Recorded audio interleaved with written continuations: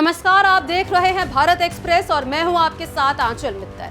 मेरठ के चर्चित सौरभ राजपूत हत्याकांड में अब एक बड़ा अपडेट सामने आया है। इस सनसनीखेज मामले की मुख्य आरोपी मुस्कान गर्भवती पाई गई है। सौरभ की हत्या के बाद आरोप में जेल में बंद मुस्कान को लेकर सीएमओ डॉक्टर अशोक कटारिया ने पुष्टि की है कि उसकी प्रेगनेंसी रिपोर्ट पॉजिटिव आई है।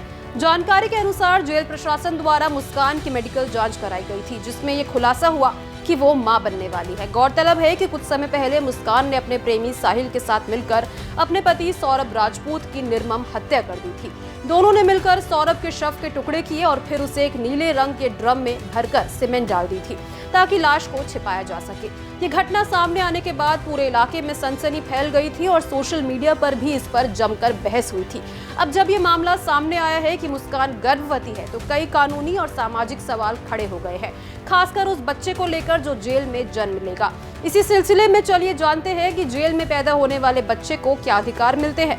भारत में कई महिला कैदी ऐसी होती है जो या तो गर्भवती होती है या फिर अपने छोटे बच्चे के साथ जेल में रहती है। ऐसे मामलों को लेकर भारतीय कानून काफी संवेदनशील है और बच्चों के अधिकारों को लेकर विशेष प्रावधान किए गए हैं। कानून के मुताबिक अगर कोई महिला जेल में गर्भवती होती है और वहां बच्चे को जन्म देती है, तो उसे बच्चे की देखभाल के लिए विशेष सुविधा दी जाती है। आमतौर पर मां और नवजात को एक अलग सेल में रखा जाता है ताकि बच्चे को किसी प्रकार का संक्रमण ना हो और उसे उचित देखभाल मिल सके। ये व्यवस्था जन्म के बाद कम से कम 1 महीने तक रहती है। यदि महिला के साथ पहले से कोई छोटा बच्चा है तो उसे भी मां के साथ जेल में रहने की अनुमति दी जाती है। भारतीय जेल नियमों के अनुसार ऐसे बच्चों को 6 साल की उम्र तक मां के साथ जेल में रहने की अनुमति दी जाती है। इस दौरान ये सुनिश्चित किया जाता है कि बच्चे का मानसिक और शारीरिक विकास बाधित न हो सके। भारत के संविधान के अनुसार जेल में जन्म लेने वाले बच्चे को भी वहां अधिकार मिलते हैं जो बाहर जन्म लेने वाले बच्चों को मिलते हैं।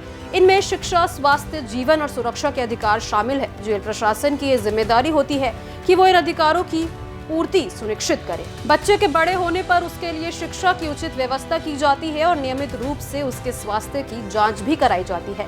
सरकार और जेल प्रशासन की ओर से ये कोशिश की जाती है कि बच्चे को ऐसा माहौल मिले जिससे वो समाज के अन्य बच्चों की तरह सामान्य जीवन जी सके।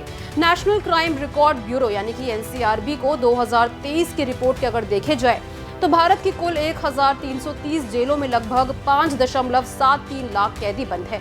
इनमें से 23,772 महिलाएं हैं, जिनमें से 1,537 महिलाएं अपने बच्चों के साथ जेल में रह रही है। रिपोर्ट में यह भी उल्लेख है कि इनमें से बड़ी संख्या में महिलाएं ऐसी हैं जिन्होंने जेल के भीतर ही बच्चों को जन्म दिया है। आपको बता दें कि भारत का कानून स्पष्ट रूप से कहता है कि माता-पिता के अपराध की सजा बच्चों को नहीं दी जा सकती।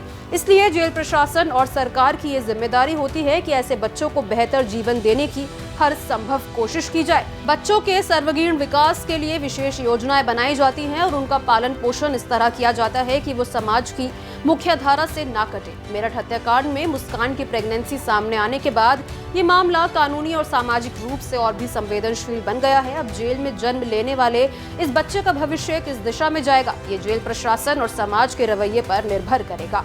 कानून की नजर में वो बच्चा निर्दोष है और उसे भी हर वो अधिकार मिलेंगे जो हर भारतीय बच्चे को मिलने चाहिए। तो इस पूरे मामले को लेकर आपकी क्या राय है, कमेंट बॉक्स में जरूर शेयर करें। साथ ही हमारे चैनल को जरूर सब्सक्राइब करें।